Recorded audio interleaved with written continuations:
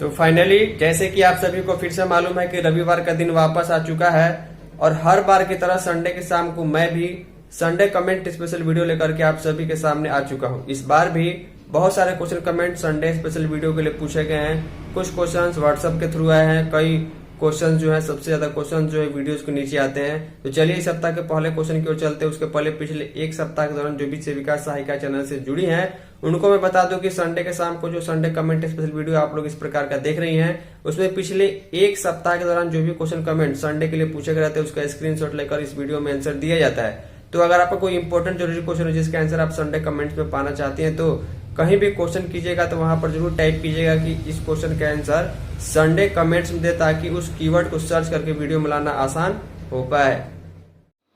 तो finally Sunday comments के लिए जो पहला क्वेश्चन कमेंट है वो मीना कुमारी द्वारा पूछा गया है। लिखा हुआ है कि सरकार मोबाइल क्यों नहीं दे रहा है, संडे कमेंट में जरूर बताएं। मोबाइल के लिए जो है सूचना और पैसा देने की खबर जो है विधानसभा इलेक्शन के पहले सितंबर अगस्त के महीने में आई हुई थी। मैंने बताया था कि 11,000 रुपये सरकार सेविकाओं को मोबाइल खरीद के लिए देगी। हालांकि मैंने कहा था कि कैबिनेट की बैठक में ये चीज़ें पास होंगी, उसका बजट पास होगा तब जाकर के वो मिलेगा। तो उस घोषणा के बाद कैबिनेट की बैठक 4-5 बार हो चुकी, लेकिन किसी प्रकार की स्वीकृति इस मोबाइल खरीद के संबंध में नहीं दी गई और कोई भी नियमावली नहीं आई कि सेविका को पैसा कैसे मिलेगा और किस प्रकार सेविका खुद से मोबाइल खरीदेगी या सीधे मोबाइल दिया जाएगा। तो इसको लेकर अभी इंतजार करना होगा, क्योंकि सरकार वही है जो विधानसभा चुनाव को पहले थी। तो कहीं ना कहीं सरकार को इस बातों को ध्यान होगा और सेविका के लिए मोबाइल भी ज़रूरी है। आने वाले दिनों में बहुत सारे काम ऑनलाइन और जुड़ने वाले हैं, तो इसको लेकर आपको इंतजार करना होगा। मोबाइल निश्चित रूप से मिलेगा, भले ही इसमें देरी हो रही है। जैसे ही इसके बारे में कोई अपडेट आएगी मैं वीडियो के माध्यम से जानकारी जरूर दे दूंगा। तो नेक्स्ट कमेंट यहाँ पर नैन्सी बेगम नाम से आया। लिखते हैं कि बच्चा का नॉमिनी जोड़ने का ऑप्शन बताइए संडे कमेंट में। देखिए अभी जो है फिलहाल पोषण ट्रैकर ऐप में THR प्राप्त करने वाली गर्भवती महिला और धात्री महिला और एक नए अपडेट में जो है एडोलेसेंट गर्ल यानी कि जहां सबला योजना अभी भी चल रहा है बिहार के 6-7 आकांक्षी जिलों में किशोरी लड़की के लिए, ये तीनों लोगों के लिए, तीनों टाइप के लाभार्थी के लिए अभी जो है नॉमिनी जोड़ने का ऑप्शन आया है। बच्चे के लिए नॉमिनी जोड़ने का ऑप्शन अभी नहीं आया है और संभवतः कहीं मिलेगा भी नहीं, क्योंकि बच्चे को जब आप जोड़ने जाते हैं तो वहाँ पर 2 ऑप्शन आता है कि आधार आप माँ का देना चाहते हैं या पिता का देना चाहते हैं, तो वहाँ पर ऑप्शन आता है। और जो बच्चे हैं उनकी माँ आसानी से सेंटर पर आ सकती है, लेकिन गर्भवती धात्री में जो है आने जाने में परेशानी होती है, इसलिए सरकार ने ऑप्शन दिया है। अगर बच्चे के लिए ऑप्शन आएगा तो वीडियो के माध्यम से जानकारी जरूर दी जाएगी। तो नेक्स्ट कमेंट यहाँ पर इस नाम से आया हुआ है। इन्होंने लिखा, अतुल भैया जी मैं बिहार से रंजना देवी बोल रही हूँ, डिस्ट्रिक्ट पूर्वी चंपारण से। 4 साल जो सुपरवाइजर की बहाली हुई थी, हम लोग फॉर्म भरे थे, अभी तक कोई समाचार नहीं मिला है, क्या हो रहा है ज़रा हमको संडे कमेंट में बताएं। देखिए यहाँ पर जो आपने लिखा है 4 साल, इसमें मुझे समझ में नहीं आ रहा। शायद आप 4 साल पहले की जो बहाली 2021 के समय आई थी उसके बारे में अगर पूछ रही है तो वो सीधी भर्ती थी और उस समय जो था वो बहाली का जो है कहीं ना कहीं सारा चीज़ फाइनल हो चुका होगा और वहाँ पर नियुक्ति भी हो गई होगी, क्योंकि 4 साल काफ़ी लंबा समय होता है। लेकिन अभी जो है पूर्वी चंपारण मोतिहारी ज़िले में सेविका से सुपरवाइजर बनने के लिए जो बहाली पिछले वर्ष आई, मतलब कि 6 महीने पहले आई थी, तो उसमें फॉर्म भरने के बाद अभी प्रोसेस में चल रहा है, उसका फाइनलाइजेशन अभी नहीं हुआ है। तो नेक्स्ट कमेंट यहाँ पर नसीमा खातून नाम से आया है। लिखते कि प्लीज़ भाई बताएं LS की सीधी बहाली समस्तीपुर जिला का कब निकलेगा, मैं BSc जूलॉजी से की हूँ, संडे कमेंट में प्लीज़ बताएं। देखिए सीधी भर्ती जो होती है उसमें जो सेविका है या नहीं है सभी लोग भर सकते हैं, कोई एक्सपीरियंस का इशू नहीं होता है, बस आपको उस जिला का निवासी होना चाहिए। तो अभी जो है समस्तीपुर ज़िले में या बिहार के किसी भी ज़िले में सीधी भर्ती के बारे में कोई सूचना नहीं मिल रही है। जब सूचना मिली तो जानकारी दी जाएगी, क्योंकि अभी बिहार के मैक्सिमम ज़िलों में जो है सेविका से जो सुपरवाइजर बनने के लिए प्रमोशन वाली बहाली है उसकी ही जो है प्रक्रिया चल रही है। उसके बाद सीधी भर्ती की जब प्रक्रिया आएगी तो आपको सूचना दी जाएगी। नेक्स्ट कमेंट यहाँ पर जो है राखा कुमारी नाम से आया हुआ है। रेखा जी ने लिखा है कि अतुल भैया मुझे ये बताइए कि PMMVY का सेकेंड लिस्ट के लिए फॉर्म भरा जा रहा है, तो चेक करने पर क्यों ना दिखा रहा है कि सेकेंड लिस्ट का पैसा कब तक आएगा? प्लीज़ संडे कमेंट में बताएं। देखिए, सेकेंड लिस्ट या फिर आप सेकेंड इंस्टॉलमेंट का बात कर रही हैं, इसमें थोड़ा सा जो है वो कन्फ्यूजन है, क्योंकि जो पैसा आता है सिर्फ आपको स्टेटस चेक करते समय ये दिखाता है कि वेरिफिकेशन जो है कहाँ तक प्रोसेस जो है आगे बढ़ा हुआ है। आपको कोई भी डेट नहीं दिखाया जाता है, चाहे आपके मानदेय का पैसा हो या फिर PMMBY का पैसा हो या किसी भी योजना का पैसा। वेरिफिकेशन की स्थिति दिखाई जाती है कि स्टेटस कहाँ तक है, किस लेवल तक पहुँचा है। अगर अंतिम जो है लेवल तक स्टेटस आपका वेरीफाई हो चुका है, फॉर्म का पूरा प्रोसीजर हो चुका है, तो कहीं ना कहीं पैसा जल्दी आएगा। लेकिन सामान्य जानकारी के अनुभव के मुताबिक हर वर्ष जो है फरवरी और मार्च के महीने में सबसे ज़्यादा PMMBY का जो पेंडिंग पैसा रहता है वो जल्दी से जल्दी भेजा जाता है, क्योंकि फाइनेंशियल ईयर ख़त्म होने वाला होता है। इसका कोई फिक्स डेट नहीं होता है। तो नेक्स्ट कमेंट यहाँ पर गिरधर पंडित नाम से आया हुआ, इन्होंने लिखा है कि अतुल जी आप ये बताइए कि पोषण ट्रैकर में THR लेने योग्य 80 लाभुक हैं और THR हेतु 60 लाभुक का रुपया दिया गया है और ऑफिस द्वारा 100% THR करने के लिए बोला जा रहा है। अब बताएं कि THR 60 लाभुक का करें या 80 लाभुक का? संडे कमेंट में बताएं। देखिए, सबसे पहले आप अपने ऑफिस के CDPO LS से, डाटा ऑपरेटर से, किसी से भी ये कंफर्म करें कि हमें जो है अभी के नियम के मुताबिक जो है या फिर उस परियोजना में जो आवंटन हो रहा है लाभार्थी की संख्या कितनी रखनी है। एक आपको फिक्स नंबर पता कर लेना है कि हमें लाभार्थी की संख्या 60 रखनी है, 70 रखनी है या 50 रखनी है। उसके बाद आपको उनको THR देना है। अब यहाँ पर एक बात देखिए, जब 100% THR करने के लिए कहा जा रहा है, आपने 80 लाभुक को जोड़ा हुआ है और ऑफिस के द्वारा 60 लाभुक को पैसा मिला है, तो बाकी 20 लाभुक को जो है जो एक्स्ट्रा में आप FRS करेंगे, कंप्लीट करेंगे, उनको बुला करके फ़ोटो क्लिक करेंगे, उनके मोबाइल पर मैसेज आएगा कि उनको THR जो है दिसंबर या जनवरी का महीने का दे दिया गया।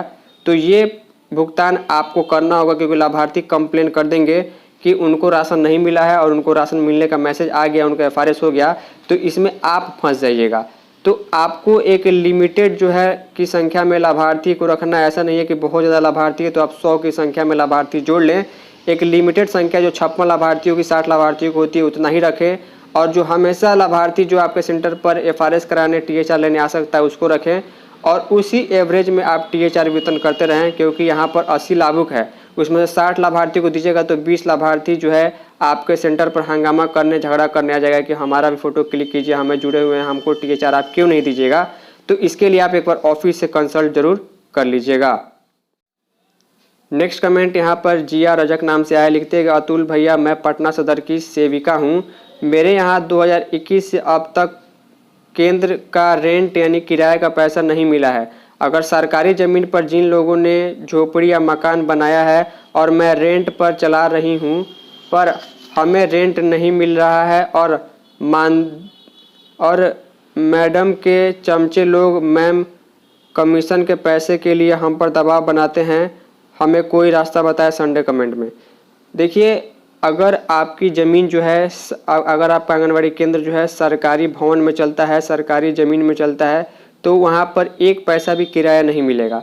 लेकिन वास्तव में अगर आपका केंद्र किराए का मकान में चलता है, आप किराए का भुगतान करती हैं, तो आपको जो है जब पेमेंट जमा करने का 6 महीने, 1 साल, 1.5 साल पर आपके ऑफिस के द्वारा मांगा जाता है, तो किरायानामा बनवा करके, एफिडेविट लगा करके आपको उस पूरे मंथ का जो पेंडिंग पैसा है उसका डिटेल भेजना होता है। तो परियोजना स्तर से उसका पैसा जो है शहरी क्षेत्र में कहीं 2000, कहीं 2500 रुपये प्रति महीने के हिसाब से भी दिया जाता है। तो इसके लिए आपको ऑफिस से ये काम करना होगा।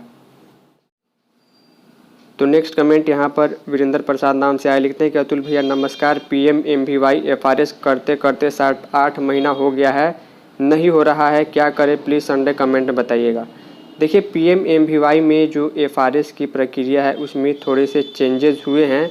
यानी कि अब PMMBY सॉफ्ट ऐप से आपको जो पेंडिंग लिस्ट है पोषण ट्रैकर ऐप के FRS नहीं होने वाला लाभार्थियों का वहाँ से करना है, या फिर जो एक आधार FRS मोबाइल ऐप आ रहा है उससे करना है। इसके बारे में अगर लोगों का कमेंट आएगा जो FRS पेंडिंग है PMMBY फॉर्म भरने के बाद, तो एक डिटेल वीडियो मैं उन लोगों के लिए ला दूंगा।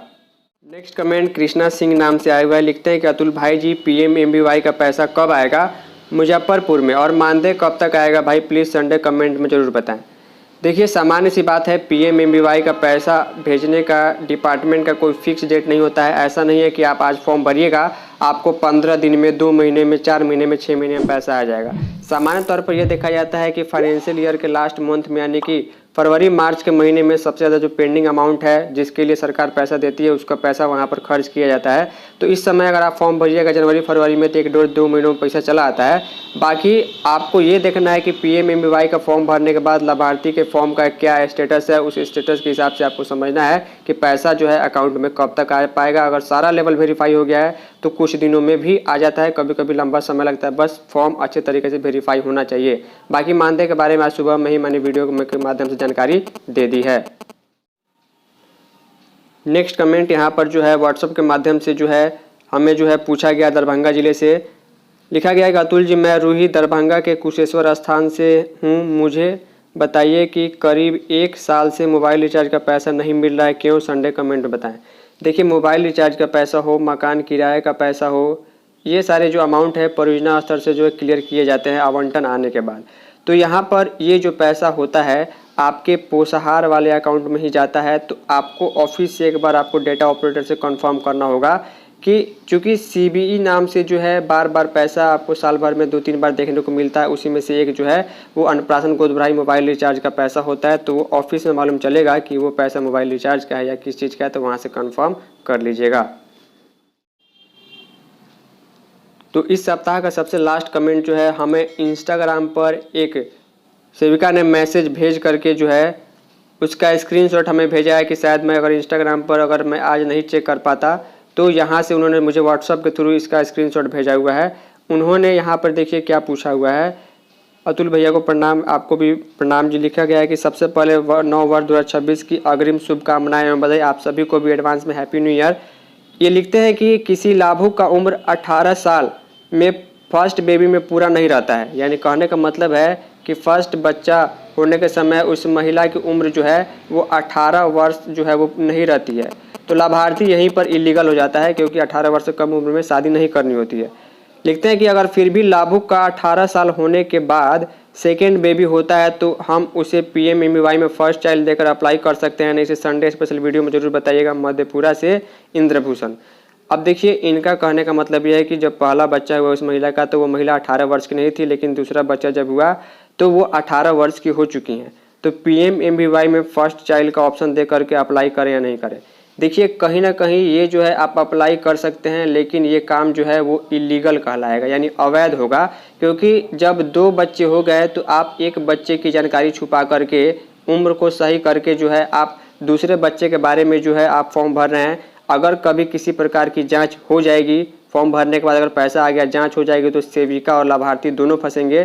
क्योंकि सबसे बड़ी बात कि 18 वर्ष से कम उम्र में किसी भी महिला की शादी नहीं करनी है। तो मेरे मुताबिक फॉर्म भरने के और पैसा आने में भी दिक्कत नहीं होगी, लेकिन अगर आप मेरी राय मानिएगा तो आपको फॉर्म नहीं भरना चाहिए। किसी कारण से किसी चीज़ में अगर जाँच पड़ताल हो जाती है तो आप पकड़ में आ सकते हैं, आपके ऊपर कार्रवाई हो सकती है।